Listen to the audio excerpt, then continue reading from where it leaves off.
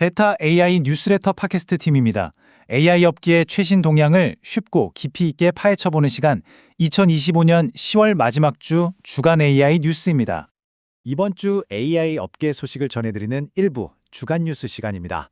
2025년 10월 마지막 주였는데요. 정말이지 숨가쁘게 돌아갔습니다. AI가 세상을 바꾼다. 이 말은 이제 정말 익숙하죠? 그런데 그 화려한 헤드라인 뒤에서 진짜 어떤 변화가 일어나고 있는 걸까요?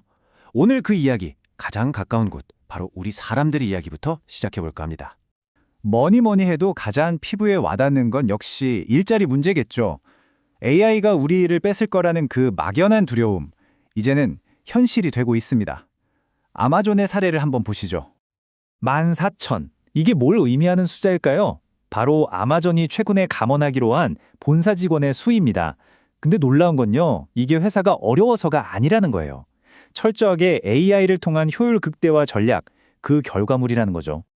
아마존 임원인 베스 갈레티가 내부 메모에서 이렇게 말했습니다. 현 세대의 AI는 인터넷 이후 가장 혁신적인 기술이다. 우리는 더 효율적으로, 더 가볍게 조직을 운영해야만 한다라고요. 이번 감원이 AI가 가져온 효율성 때문이라는 걸 명확히 보여주는 대목이죠. AI는 이제 단순히 일자리를 넘어서서요, 이 업계의 판을 짜고 있는 거대 기업들, 그 관계까지 완전히 재편하고 있습니다. 아마 현재 기술 지형부에서 가장 중요한 움직임일 텐데요. 바로 마이크로소프트와 오픈 AI 이야기입니다. 이 두 회사의 파트너십이 한 단계 더 진화했습니다. 이번에 갱신된 계약의 핵심은 균형이라고 볼 수 있겠네요. 일단 AGI, 즉 인공일반지능이 진짜 개발됐는지를 이제 독립적인 전문가 패널이 검증하기로 했어요. 객관성을 높인 거죠. 그리고 마이크로소프트는 IP 권리를 2022년까지 쭉 보장받는 한편 오픈 AI는 오픈소스 모델도 내놓을 수 있고 또 국가 안보 관련 고객과도 일할 수 있게 됐습니다. 자율성을 얻은 거예요. 서로에게 더 큰 힘을 실어주는 방향으로 바뀐 거죠. 그럼 이 새로운 구조에서 마이크로소프트의 지분은 어느 정도일까요? 지금 보시는 것처럼 오픈 AI의 영리법인의 약 27%의 지분을 갖게 됩니다. 업계에서 가장 성공적인 파트너십 중 하나가 더 단단해졌다고 볼 수 있겠습니다. 1,300억 달러, 우리 돈으로 환산하면 약 170조 원입니다. 정말 어마어마하죠? 이게 바로 오픈 AI 재단이 갖게 된 영리법인의 지분 가치입니다. 이 돈으로 오픈 AI 재단은 단숨에 세계에서 가장 영향력 있는 자선단체 중 하나가 된 겁니다. 그럼 이 재단은 이 돈으로 뭘 하려는 걸까요? 목표는 아주 명확합니다. AGI가 인류에게 이롭게 쓰이도록 하는 것. 그래서 초기 투자금 250억 달러는 우선 질병 치료 같은 헬스케어 분야, 그리고 AI 기술 자체를 더 안전하고 튼튼하게 만드는 기술 솔루션 개발에 집중하기로 했습니다.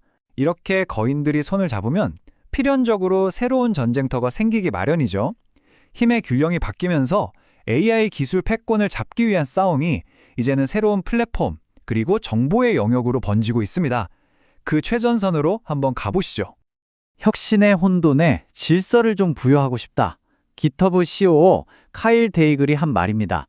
요즘 AI 코딩 도구들이 정말 우후죽순처럼 쏟아져 나오고 있잖아요. 이걸 한 번에 정리하겠다면서 깃허브가 에이전트 HQ라는 걸 발표했습니다.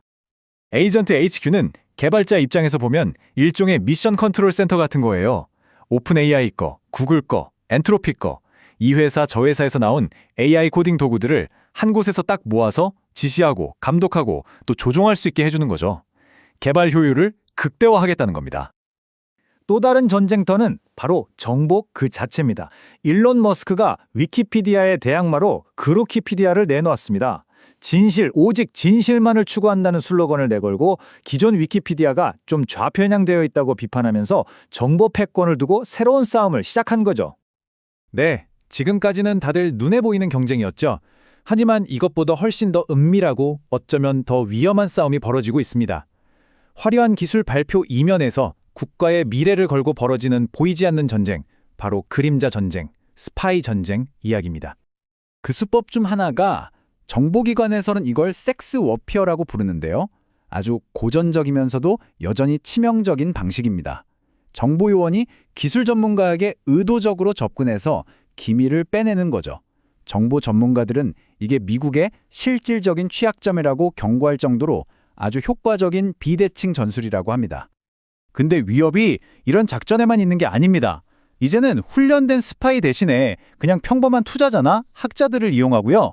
해외에서 스타트업 경진대회 같은 걸 열어서 아이디어를 통째로 훔쳐가기도 하고, 심지어는 유망한 미국 스타트업에 정부 자금이 들어가지 못하도록 방해 공작까지 벌인다고 합니다. 말 그대로 사회 전체를 무기 삼아서 미국의 혁신을 노리는 거죠. 이 차트를 보시면 문제의 심각성이 한눈에 들어옵니다. 지적재산권 도난으로 인한 연간 피해액 무려 6천억 달러입니다. 6천억 달러요. 그런데 테슬라의 핵심 기술을 훔친 범죄자가 받은 형량이 고작 24개월, 2년이었습니다. 훔쳤을 때 얻는 이익에 비하면 위험 부담이 거의 없는 거나 마찬가지인 구조인 거죠. AI가 우리 일자리를 바꾸고 산업 지도를 새로 그리고 또 엄청난 기회를 만들고 있는 건 분명한 사실입니다. 하지만 그 밝은 면 뒤에는 이렇게 우리가 잘 보지 못하는 위험들이 숨어 있습니다. 이 치열한 기술 경쟁 시대에 과연 우리는 이 보이지 않는 위험들에 어떻게 대비해야 할까요? 여기까지가 1부 주간 뉴스였습니다. 잠시 후 2부에서는 주간 AI 오픈소스 코드와 논문 소개로 여러분을 찾아뵙겠습니다. 그럼 2부로 돌아오겠습니다.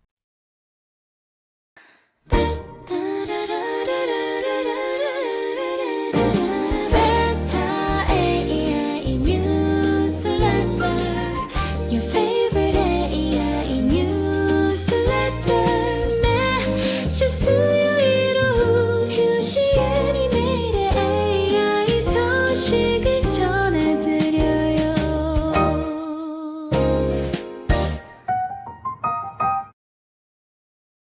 베타 AI 팟캐스트 2부로 돌아왔습니다.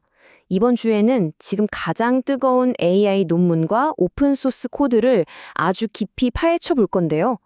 AI가 인간의 감정 속으로 파고드는 이야기부터 기술이 효율성의 극한을 어떻게 추구하는지까지 진짜 흥미로운 이야기들이 많으니까요. 기대하셔도 좋습니다. AI와 맺는 관계입니다.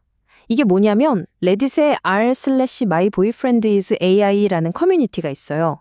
말 그대로 내 남자친구는 AI라고 말하는 사람들이 모인 곳이죠. 이 커뮤니티를 대상으로 한 최초의 대규모 분석 논문인데요. AI와 동반자 관계를 맺는 사람들의 모습을 아주 깊숙이 들여다봅니다. 이 연구에서 진짜 재미있는 포인트가 뭐냐면요. AI와의 깊은 관계가 처음부터 나 AI 애인 찾아야지 해서 시작된 게 아니라는 거예요. 그보다는 그냥 일상적으로 AI의 여러 기능들을 쓰다 보니까 자기도 모르게 정서적으로 깊은 관계로 발전한 경우가 거의 대부분이었다는 거죠. 그럼 이 커뮤니티에서는 대체 무슨 이야기들을 할까? 대화를 분석해봤더니 결과가 좀 의외였어요. 가장 큰 비중을 차지한 게 AI랑 같이 찍은 커플 사진 같은 걸 공유하는 거랑 챗GPT 자체에 대한 토론이었습니다. 그 뒤를 이어서 서로 정서적인 지지를 해주고 기술적인 질문을 하고 또 커뮤니티 안에서 서로의 관계를 인정해주는 그런 대화들이 줄을 이뤘습니다. 이 사람들이 그냥 재미로만 AI를 만나는 게 아니었어요. 실제로 뭔가 치료적인 효과를 얻고 있었던 거죠. 외로움도 덜 느끼고 정신적으로도 건강해졌다는 거예요. 더 흥미로운 건 이 관계를 더 현실처럼 만들기 위해서 결혼 반지를 맞추는 것처럼 전통적인 연인 관계의 형식을 그대로 따라하고 있었다는 점입니다. 물론 바깥에서는 이상하게 보기도 하지만 커뮤니티 안에서는 서로를 지지하면서 그런 시선에 맞서는 모습도 보였고요. 효율성을 향한 혁신입니다. 이렇게 AI가 인간의 삶에 스며드는 동안 기술의 뒷단에서는 엄청난 일이 벌어지고 있거든요. AI 모델을 어떻게 하면 더 빠르고 더 효과적으로 만들 수 있을까? 이 고민에 대한 두 가지 아주 혁신적인 아이디어를 담은 논문들을 지금부터 살펴볼게요. 첫 번째는 Core Attention Disaggregation, 줄여서 CAD라고 부르는 기술인데요. 아주 긴 텍스트 같은 걸 AI에게 학습시킬 때 계산이 가장 복잡하고 오래 걸리는 Core Attention이라는 핵심 작업이 있거든요. 이걸 아예 별도의 장치로 보내서 처리하게 하는 방식입니다. 마치 공장에서 제일 힘든 공정을 별도의 전문가 팀한테 맡겨서 전체 생산 라인이 멈추는 걸 막는 거랑 똑같은 원리죠. 기존 방식은 모든 작업을 한 군데서 다 처리하려고 하니까 일이 조금만 복잡해져도 바로 과부하가 걸리고 병목 현상이 생겼어요. 하지만 이 CAD 기술을 쓰는 디스트C의 이 시스템은요, 제일 힘든 작업을 전담 서버로 휙 보내버리니까 거의 완벽하게 계산 부담을 나누는 게 가능해진 겁니다. 그래서 결과가 어떻게 됐냐고요? 와, 이거 정말 놀랍습니다. 512개 H200 GPU를 쓰는 환경에서 이 디스트엘크 시스템 덕분에 전체 훈련 속도가 무려 1.35배나 빨라졌어요. 35% 성능 향상이라니 이건 정말 어마어마한 개선이죠. 자, 다음으로 넘어가서 Embodied Utility라는 개념을 한번 보죠. 이건 뭐냐면 AI가 만든 시뮬레이션이 그냥 보기 좋게 진짜 같은 게 중요한 게 아니라 그래서 이게 진짜 로봇이 현실에서 임무를 수행하는 데 도움이 돼? 이걸 따져보자는 새로운 기준이에요. 그리고 이걸 측정하기 위해서 Word in Word라는 벤치마크를 제안했습니다. 이 연구가 진짜 재밌는 게 우리가 보통 생각하던 거랑 좀 다른 세 가지 놀라운 결과를 보여줬어요. 첫째, 시뮬레이션 화면이 아무리 진짜 같아도 그게 로봇이 일을 더 잘하는 걸 보장해주진 않더라는 거고요. 둘째, 그것보다는 로봇을 얼마나 내 맘대로 정교하게 제어할 수 있느냐, 이게 훨씬 중요했다는 겁니다. 그리고 마지막으로 추론할 때, 그러니까 로봇이 생각할 때죠. 그때 컴퓨팅 파워를 더 쏟아부으면 성능이 확 좋아진다는 것도 발견했죠. 자, 이제 세 번째 파트입니다. 이번엔 꼭 주목해야 할 오픈소스 프로젝트 두 가지를 소개해 드릴게요. 성능이랑 효율, 이 두 마리 토끼를 아주 기가 막히게 잡은 코드들입니다. 먼저 라이트맵인데요. 이름처럼 정말 가벼운 메모리 시스템이에요. 우리 사람의 기억 방식에서 아이디어를 얻었다고 해요. 첫 단계, 감각 기억에서는 쓸데없는 정보는 바로바로 버리고요. 두 번째, 단기 기억에서는 중요한 정보들을 주제별로 싹 정리합니다. 그리고 마지막, 장기 기억 단계가 핵심인데 AI가 실시간으로 생각하는데 방해되지 않도록 나중에 따로 조용히 정보를 업데이트하는 거죠. 정말 똑똑하죠? 그럼 이 라이트맵이 얼마나 대단하냐? 숫자로 보여드릴게요. 토큰 사용량을요, 최대 117배나 줄여줍니다. 이게 끝이 아니에요. API 호출 횟수는요, 최대 159배나 줄었습니다. API 호출 하나하나가 다 돈인데 이건 뭐 비용 절감 효과가 어마어마한 거죠. 그리고 전체 실행 시간도 12배 이상 빨라졌습니다. 진짜 이름값 하는 가볍고 빠른 메모리 시스템인 거죠. 더 자세한 내용이 궁금하시면 이번 주 베타 AI 뉴스레터를 꼭 확인해 주세요. 자, 다음 오픈소스는 링 리니어라는 모델입니다. 이 모델의 핵심은 두 가지 서로 다른 어텐션 방식을 섞은 하이브리드 구조라는 점이에요. 속도는 빠른데 정확도는 살짝 아쉬운 리니어 어텐션이랑 정확한 대신 좀 느린 소프트맥스 어텐션의 장점만 쏙쏙 뽑아서 합친 거죠. 이 똑똑한 하이브리드 구조 덕분에 결과가 어떻게 됐냐면요. 무려 320억 개 파라미터짜리 거대 모델이랑 비교했을 때 긴 컨텍스트 추론 비용이 10분의 1 수준으로 똑 떨어졌습니다. 엄청나죠?